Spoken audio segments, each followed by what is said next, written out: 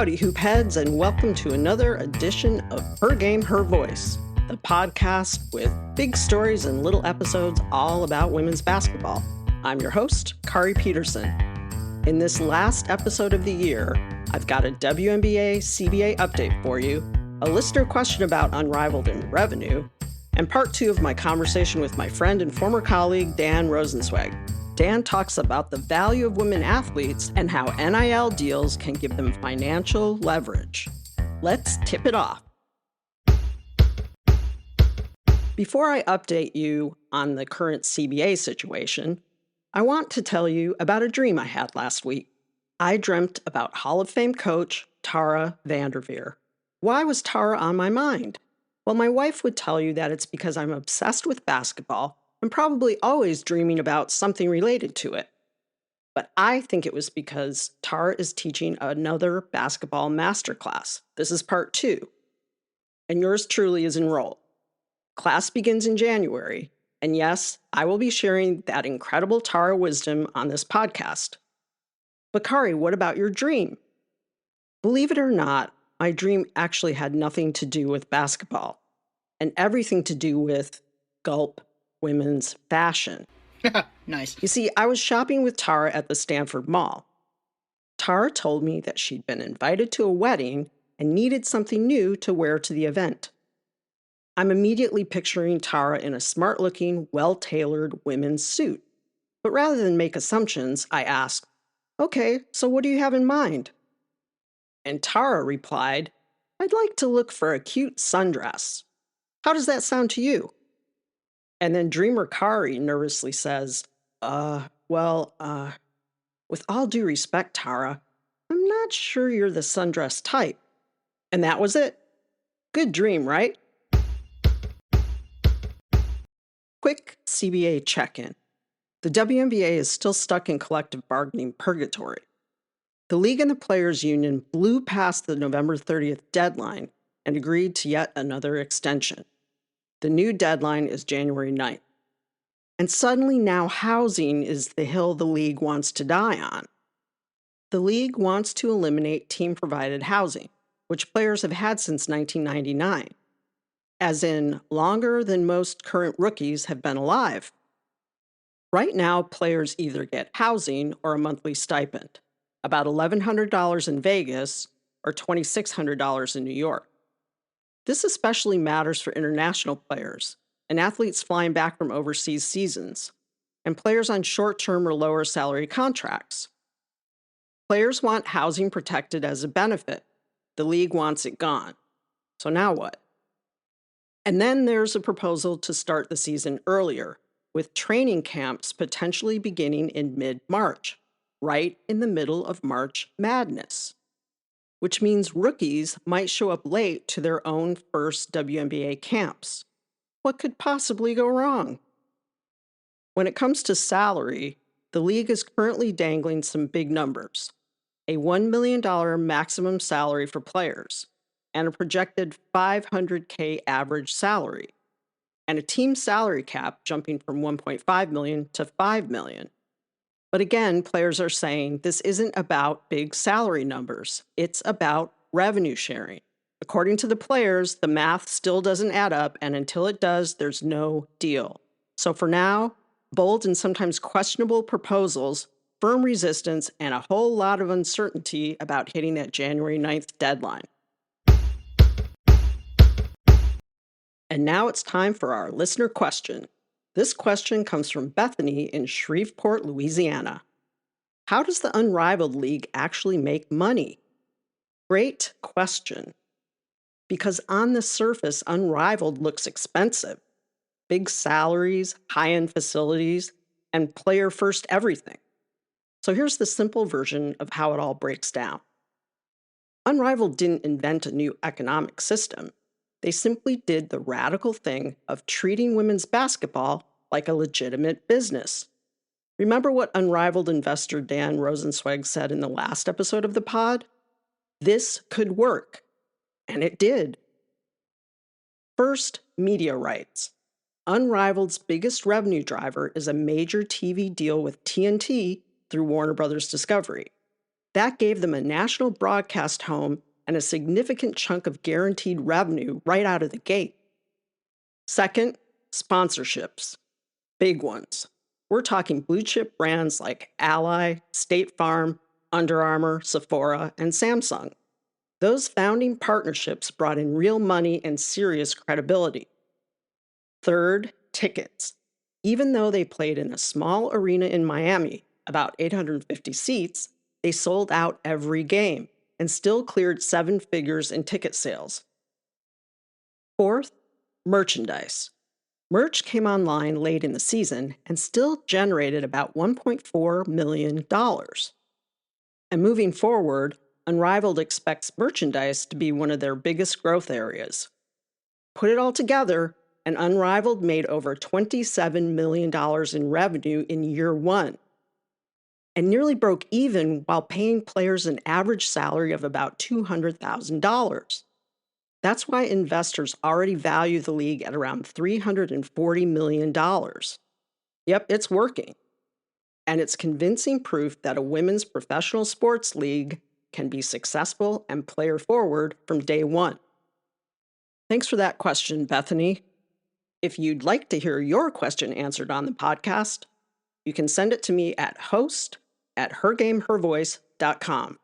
Side note, if you're a regular listener, you may have noticed that I didn't call out the Gmail email address. That's because I got myself an early Christmas present. I bought the domain rights for hergamehervoice.com. This podcast is moving into the big time, baby. Now here's part 2 of my chat with Dan Rosensweig. In the last episode, you heard how Dan's firsthand experiences with Stanford athletes opened his eyes to the opportunity gap women athletes face after college, and what ultimately led him to investing in the Unrivaled Women's Professional Basketball League. In part 2, you'll hear how Dan, as CEO of Chegg, used an NIL-related strategy to help set women athletes up for future financial success. But first, what is NIL? Quick refresher just in case you're not sure. NIL stands for Name, Image, and Likeness. It's the rule change that allows college athletes to earn money from things like brand partnerships, endorsements, and sponsorships. Opportunities that for decades were off limits for college athletes. Here's a clip of Dan talking about NIL and women athletes. And one quick note, when Dan says both of them here, he's talking about Cameron Brink and Paige Beckers, two of the most recognizable names in women's college and now professional basketball, and two of Chegg's first NIL partners. I then reached out to both of them when the NIL deals happened. I was like, listen, you don't know who I am, but you guys are in college. It's a college company. I would like to back you with an NIL deal. But reaching out was just the first step. What really changed Dan's perspective came after the contracts, when he actually sat down with these women and listened to how they saw themselves, not just as athletes, but as people who were working to shape their futures. Here's Dan again. And you sit down with these people, these young ladies, and you say, look, what do you want from life? And you realize they are two very different human beings. But what brings them together is a passion for basketball and building the brand of women's basketball. Those conversations made something clear to Dan. These athletes weren't waiting to be told who they were or what came next. They already understood their value both on and off the court. Once again, here's Dan. They're students, they're athletes, they're entrepreneurs, they're the best of the American dream. Once you start seeing athletes this way, as entrepreneurs, not just jocks, the next question is, are they actually being paid in a way that reflects their value? Again, here's Dan. By the way, at the time, we gave each of them their largest contracts, and we actually gave them contracts larger than their managers asked for at the time, because we believe that in order for NIL to work for women athletes, that it needed to be worth the money for the agent, because they take a small percentage. So you give somebody $8,000, why is the agent going to work on that when they can work on some man thing of $2 million? That, my friends, was a key insight. And acting on key insights is one of Dan's strengths. When women athletes are underpaid, it doesn't just hurt them, it breaks down the entire ecosystem around them. Agents walk away, opportunities disappear, and the narrative becomes, see, there's no market. But when companies decide to pay women differently and intentionally, NIL becomes more lucrative for them. In part 3 of my conversation with Dan, we'll go back to Unrivaled and talk about the business mechanics of it and how it syncs with an elevated fan experience. And now, Hoopheads, it's time for the awards section of the podcast. First, the Buzzer Beater Award. This week's Buzzer Beater Award goes to A'ja Wilson. And by the way, she's the first person to win 2 Buzzer Beater Awards in 1 year. She can add this award to the slew of others she was just handed. Last year, Time gave Caitlin Clark its 2024 Athlete of the Year award. This year, they kept the honor in the WNBA by giving 4-time league MVP A'ja Wilson the prestigious award for 2025. Wilson is the first W player to win a WNBA title, Finals MVP, League MVP, and Defensive Player of the Year in the same season. She is well on her way to GOAT, that's greatest of all time, status, and the Associated Press also named her its Female Athlete of the Year. Congratulations, A'ja. And now, the Airball Award. This week's Airball Award goes to University of Tennessee's senior forward, Janiah Barker. After Tennessee lost to UCLA in late November, cameras caught a very awkward postgame moment. Janiah Barker appeared to pull her hand away from an attempted handshake with her former coach, UCLA's Corey Close. It all happened live on the game broadcast, which, as you can imagine, immediately set the internet on fire. Both Barker and Close later tried to pour some water on the situation. Barker said they did shake hands. Respectfully, though, I'm just saying I know what I saw. She also said she wished Corey Close well. Close, for her part, praised Barker as a great player and framed the tension as stemming from Barker's transfer to Tennessee in search of more playing time. Then, later that same day, Barker took to Twitter, X, to clarify that she, quote, wished nothing but the best for Coach Corey Close. Except, she spelled Corey's name wrong. So now we're left with the real question. Was it an innocent typo or an elite-level demonstration of pettiness? Either way, in my book, it's a giant airball. And finally, the Flagrant Foul Award. This week's Flagrant Foul Award goes to Stanford women's basketball. Wait, what? Yep. My beloved team gets a flagrant foul, not for lack of effort, defense, or shooting, but for committing the ultimate basketball crime, 30 turnovers in a 65-62 loss to Tennessee. It's actually amazing that Stanford didn't lose by more, but luckily Tennessee had some trouble scoring off Stanford's turnovers. Like I said, the Cardinals shot well, defended well, and they were leading deep into the fourth quarter, but turning the ball over 30 times against a Tennessee team that lives off chaos, that's no bueno.